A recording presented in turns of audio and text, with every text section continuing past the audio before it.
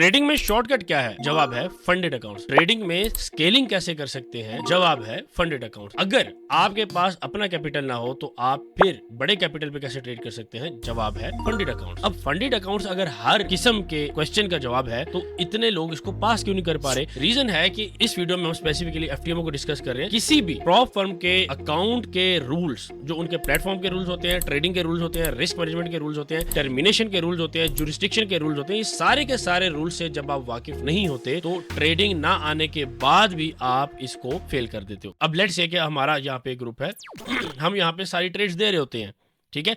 अब ट्रेड्स आप लेंगे, अच्छा ये ग्रुप बिल्कुल फ्री ऑफ कॉस्ट है, यहाँ पे आप ज्वाइन कर सकते हैं, नीचे नंबर गिवन है। लेकिन जैसे ही आपको ट्रेड मिली, आप रूल से वाकिफ नहीं हैं तो आप कैसे उसको पास करेंगे? ठीक है, आप पास नहीं कर सकते, ठीक है। तो इस वीडियो में बड़े डिटेल के साथ आपको ये बताया जाएगा कि फंडेड अकाउंट स्पेसिफिकली इस वीडियो में एफटीएमओ को कैसे पास करना है, कहाँ से आपने चैलेंजेस लेने हैं और उनके डिटेल्ड रूल्स क्या हैं। तो वीडियो को आपने एंड तक देखना है और अपने ट्रेडर्स दोस्त के साथ उसको शेयर कर दें। और अगर आपको वीडियो देखने के बाद कुछ इन्फॉर्मेशन मिली हो तो नीचे कमेंट आपने ज़रूर करना है। बेसिकली अगर यहाँ से देखा जाए तो आप एफटीएमओ की वेबसाइट के ऊपर आएंगे, हमारा कोई इसमें रेफरल नहीं है, कुछ भी नहीं है, आप डायरेक्टली वेबसाइट के ऊपर आ सकते हैं। नीचे लिंक इसका दे दिया जाएगा, आप उसको ज्वाइन कर सकते हैं, वेबसाइट को एक्सेस कर सकते हैं। तो मिनिमम अकाउंट जो एफटीएमओ प्रोवाइड कर रहा है वो आपको दे रहा है 10,000 का। अच्छा, ये चीज़ याद रहे कि 1 स्टेप और 2 स्टेप है।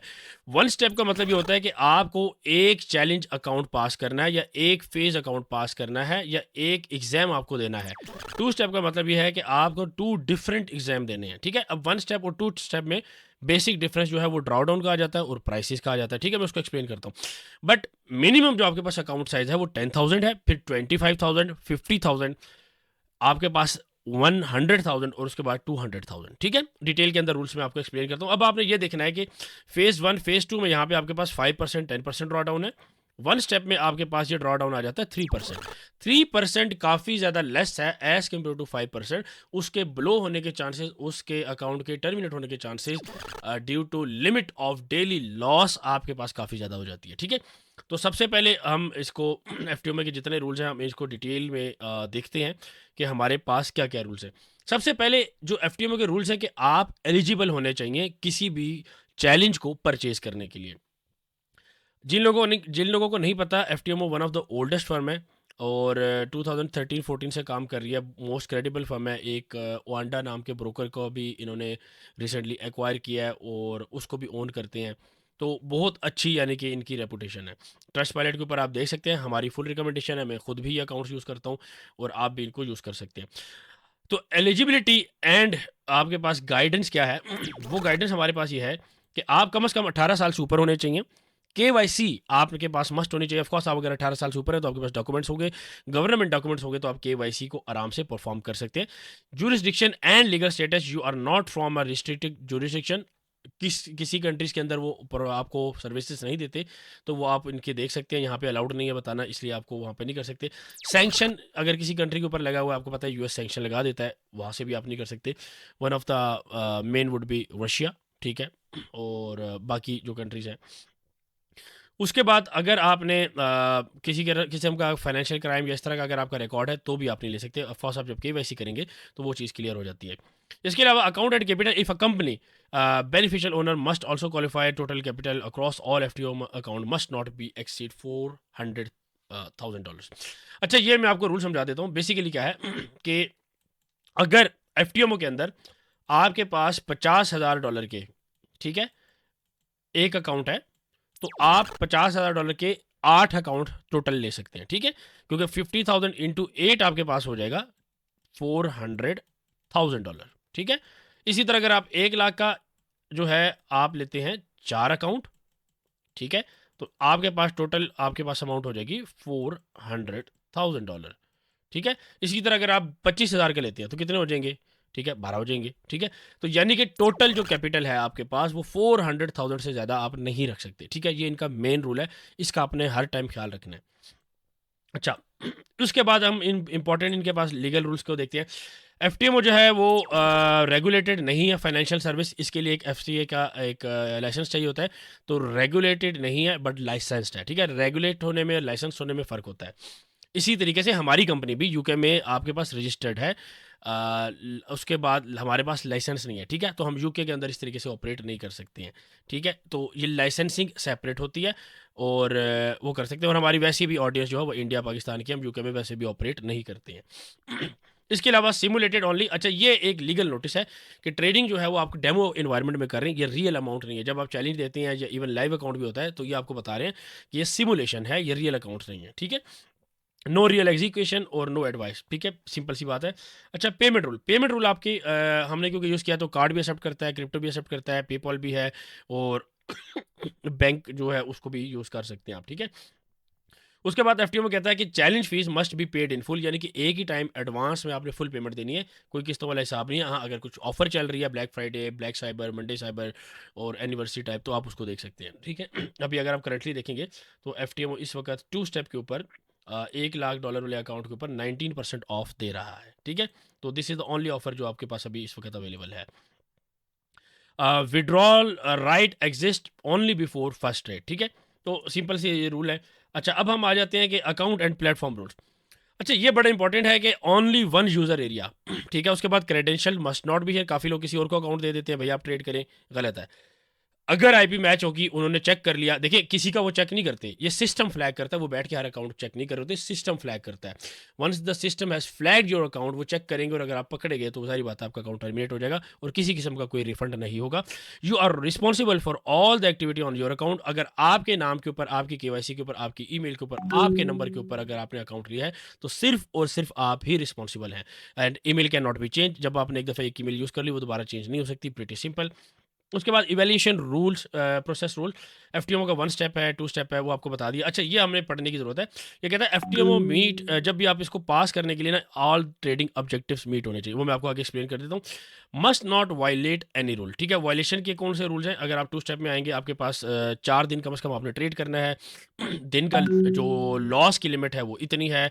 उसके बाद मैक्सिमम लॉस की लिमिट आपके पास जो है वो 8% है और 10% आपने प्रॉफिट बनाना है, ठीक है। और इसके अलावा जो रिफंड है आपको फर्स्ट पे आउट के साथ मिलता है, ठीक है। प्रॉफिट स्प्लिट जो है वो आपके पास 90% है, तो ये ओवरऑल एक रूल है। उसके बाद जो मैंने आपको ऑलरेडी बताया कि 4 लाख डॉलर से ज़्यादा आप कैपिटल जो है वो इंक्रीज़ नहीं कर सकती हैं, ठीक है, ओवरऑल जो है। उसके बाद अच्छा, must activate with in 30 days। अब कुछ लोग क्या करते हैं कि अकाउंट लेके रख लेते हैं, कोई ऑफर चल रही है, ठीक है, लेट्स से कि 30% 50% ऑफ दे रहा है एफटीएमओ, ऑफर चल रही है और आप क्या करते हैं कि जो अकाउंट लेके रख लेते हैं, नहीं, एफटीएमओ कहता है उस पर ट्रेड करनी है, 30 days में आपने ट्रेड करनी है, इनएक्टिविटी शो नहीं होनी चाहिए। और इसके अंदर आगे आपको मैं बताता हूँ, अगर आप डेमो के तौर पे जस्ट एक एक ट्रेड भी ले लेंगे ना जस्ट एक्टिव रखने के लिए, तो वो भी इनएक्टिविटी ही काउंट होगी, वो उन्होंने आगे लिखा है, मैं आपको बताता हूँ। अच्छा, सिमुलेटेड ट्रेडिंग, इसको मैंने ऑलरेडी बता दिया। No third party, no copy trading, no account management, no share access, ठीक है, प्रीटी सिंपल, इसको एक्सप्लेन करने की जरूरत नहीं है। फॉरबिडन ट्रेडिंग प्रैक्टिस, वो चीज़ें जो एफटीएमओ ने मना किए हुए हैं रूल्स के अलावा, ठीक है। आर्बिट्राज आप नहीं कर सकते हैं, लेटेंसी अब्यूज़ नहीं कर सकते। लेटेंसी का मतलब ये होता है कि जब आपके पास ऑर्डर जो हैं वो लेट उठ रहे हों, जल्दी उठ रहे हों, ठीक है, नॉर्मल मार्केट के हालात से अलहदा होके। इसके अलावा टिक स्कैल्पिंग जो है ना मिनी सेकंड के अंदर होती है, वो आप बॉट के ज़रिए कर सकते हैं। हाई फ्रीक्वेंसी बॉट्स होते हैं, उनके ज़रिए कर सकते हैं, यानी कि हाई फ्रीक्वेंसी बॉट्स अलाउड नहीं है, normal bots, normal EAs allowed है, ठीक है। इसके अलावा सर्वर मैनिपुलेशन, यहाँ पे भी अगर कोई आईटी से रिलेटेड है तो वो ये चीज़ें हो सकती हैं, तो वो भी अलाउड नहीं है और आपका अकाउंट बैन हो जाएगा वहाँ पे, ठीक है, और लाइफ टाइम भी आप बैन हो सकते हैं इसमें। यूज़ कोऑर्डिनेटेड ग्रुप ट्रेडिंग, मतलब आप एक ग्रुप बना के सारे बंदे एक ही ट्रेड कर रहे हैं, ठीक है, वो भी अलाउड नहीं है। इसके अलावा हैज बिटवीन एफटीएम अकाउंट, अच्छा ये पॉइंट बड़ा इंपॉर्टेंट है, आप एक सिंगल अकाउंट के अंदर हैज कर सकते हैं, ठीक है। मिसाल के तौर पे आपके पास एक एफटीएम का अकाउंट है, तो आप एक ही अकाउंट के अंदर बाय सेल खोल सकते हैं, लेकिन आप ये नहीं कर सकते कि आपके पास अकाउंट नंबर 1 है और अकाउंट नंबर 2 है, आपने एक अकाउंट के अंदर बाय खोल दी, दूसरे अकाउंट के अंदर सेल खोल दी, नहीं कर सकते, ठीक है, ये अलाउड नहीं है। उसके अलावा अब्यूज प्लेटफॉर्म एरर्स, अगर किसी किस्म का प्लेटफॉर्म एरर आ गया, टेक्निकल एरर आ गया, कुछ भी आ गया, तो भाई आप उसको यूज़ नहीं कर सकते। अगर आप इस तरीके से करेंगे तो वो भी आपका काउंट होगा फॉरबिडन प्रैक्टिस में। Use strategies design to game FTMO model, आप किसी किस्म की इस तरह की स्ट्रेटेजी भी यूज़ नहीं कर सकते जो एफटीएमओ के रूल्स और रेगुलेशंस के अगेंस्ट हो, ठीक है, जिनसे उनको नुकसान पहुंचता हो।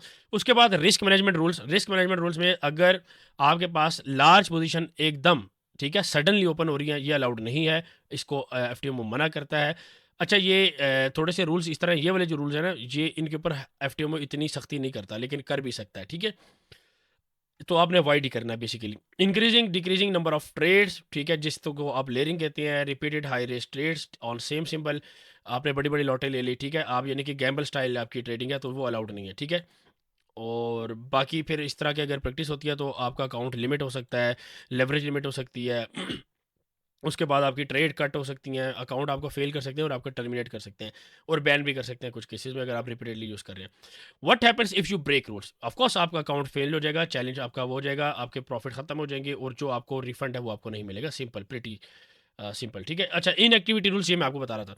अकाउंट में be terminated if no trades for 30 days, if no trade is placed for 30 consecutive day. Consecutive मतलब होता है इकट्ठे 30 दिन। Your account is at the risk of termination, ठीक है।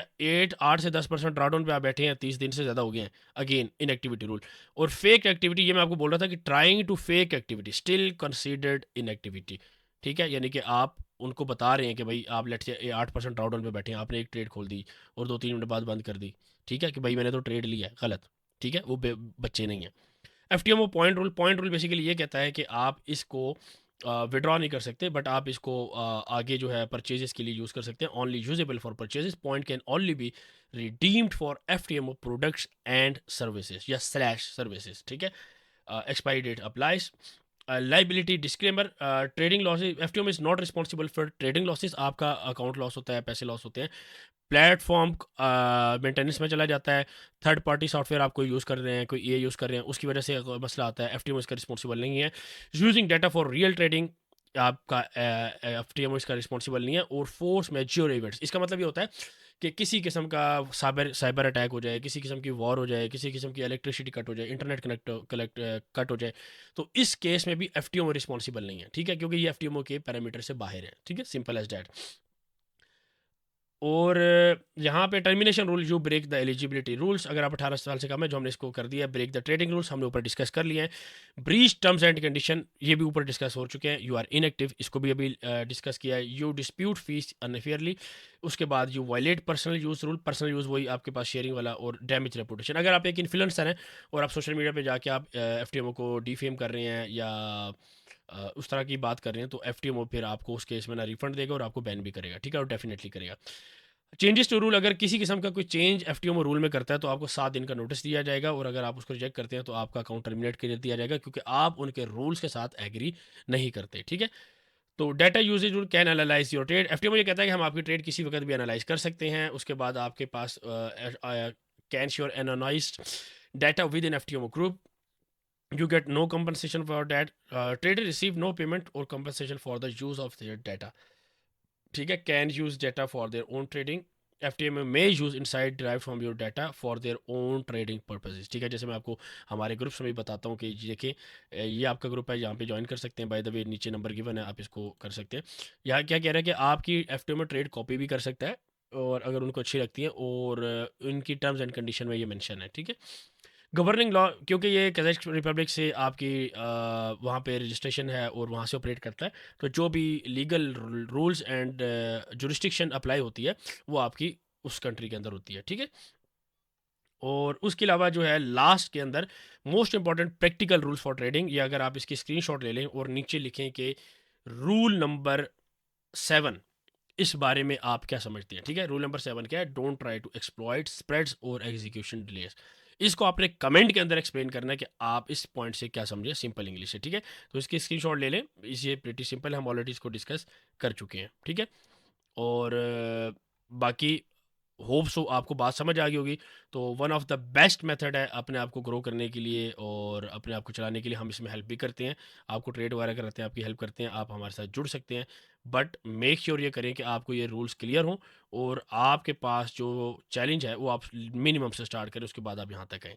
अगर आपको ये वीडियो अच्छी लगी है तो इसको लाइक करें, चैनल को सब्सक्राइब करें, अपने दोस्तों के साथ और ट्रेडर्स के साथ शेयर करें, और हमारे साथ एक स्केलिंग जर्नी में जहाँ पे आप मल्टी मिलियनियर बन सकते हैं, चाहे आप पाकिस्तान से हैं, चाहे इंडिया से हैं, चाहे किसी कंट्री से हैं, इवन आप यूरोप से, यूएसए से भी हैं, तो over the period of time वहाँ पे भी आप ये अटेन कर सकते हैं। Make sure business requires time, patience, discipline और आपको क्या कहते हैं कि डिटर्मिनेंट होना, ठीक है, भूख होनी चाहिए आपको कि मुझे भूख है, मुझे बनाना है, मुझे बनाना है, फिर आप उस स्टेज तक पहुंच सकते हो, ठीक है। वंस यू हैव डैट, आप हमारे साथ फ्री जुड़ सकते हैं, ठीक है, बिल्कुल फ्री जुड़ सकते हैं, किसी किस्म की कोई पैसे नहीं देने, और बस हमें आपकी दुआएं चाहिए। सो रमज़ान का महीना है, दुआ में याद रखें, इंशाल्लाह मिलते हैं नेक्स्ट वीडियो में, तब तक के लिए टेक केयर, अल्लाह हाफिज़।